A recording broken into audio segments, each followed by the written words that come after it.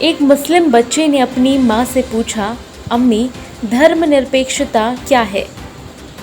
बुर्का पहने माँ कहती है, बेटा धर्मनिरपेक्षता एक ऐसी प्रणाली है जहाँ हिंदू करदाता हर रोज कड़ी मेहनत करते हैं ताकि हम अपने सभी लाभ प्राप्त कर सकें, जैसे मुफ्त आवास, मुफ्त स्वास्थ्य देखभाल, हमारे मदरसों में मुफ्त शिक्षा, हमारी मस्जिद बनाने के लिए मंदिर हुंडी संग्रह, सामुदायिक केंद्र, हज सब्सिडी आदि। यही धर्मनिरपेक्षता है। लेकिन अम्मी, क्या इससे हिंदू टैक्स पेयर नाराज नहीं होते? जरूर वे ऐसा करते हैं, इसीलिए हम उन्हें सांप्रदायिक कहते हैं। यह बात फिल्म अभिनेत्री और बॉलीवुड क्वीन कंगना रनावत द्वारा एक पोस्ट के जरिए कही गई है।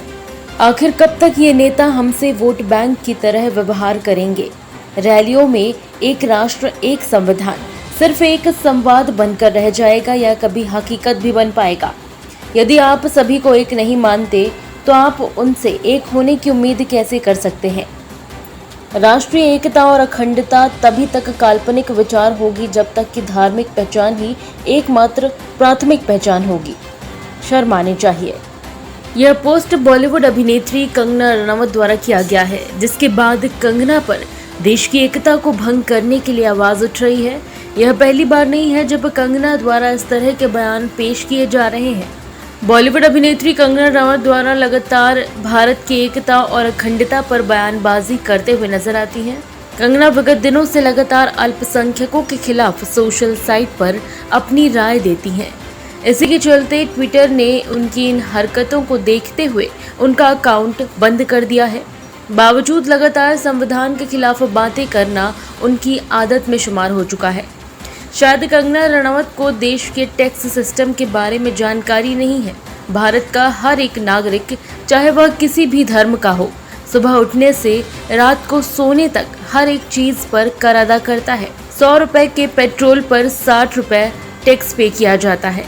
कंगना जी, यह देश सिर्फ आपके टैक्स पे करने से नहीं चल रहा है। ऐसी बयानबाजी करके देश की शांति को भंग करने का प्रयास ना करें।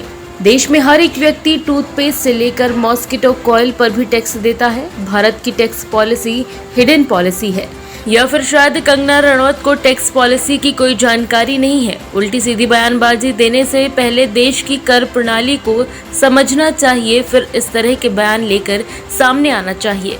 सवाल यह भी है कि कंगना रनावत को यह आंकड़े कहां से मिले? क्या भारत में ऐसा कोई तरीका है जिससे यह जाना जा सकता है कि कौन से धर्म के लोग टैक्स भर रहे हैं और कौन से धर्म के नहीं भर रहे?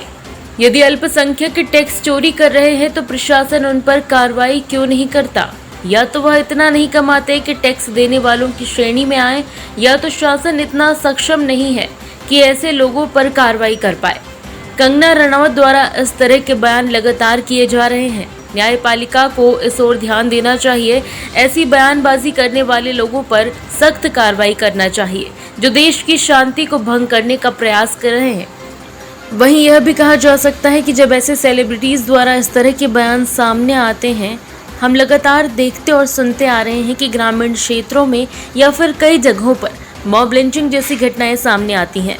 इस तरह की बयानबाजी कर एकता और अखंडता को खत्म करने का प्रयास करने वालों पर न्यायपालिका को प्राथमिकता देते हुए कार्रवाई करनी चाहिए ताकि देश की शांति भंग ना हो सके। Bureau report, JSR times. ताज़ा खबरों के लिए सब्सक्राइब करें JSR टाइम्स और साथ ही नोटिफिकेशन पाने के लिए बेल आइकन को दबाएं।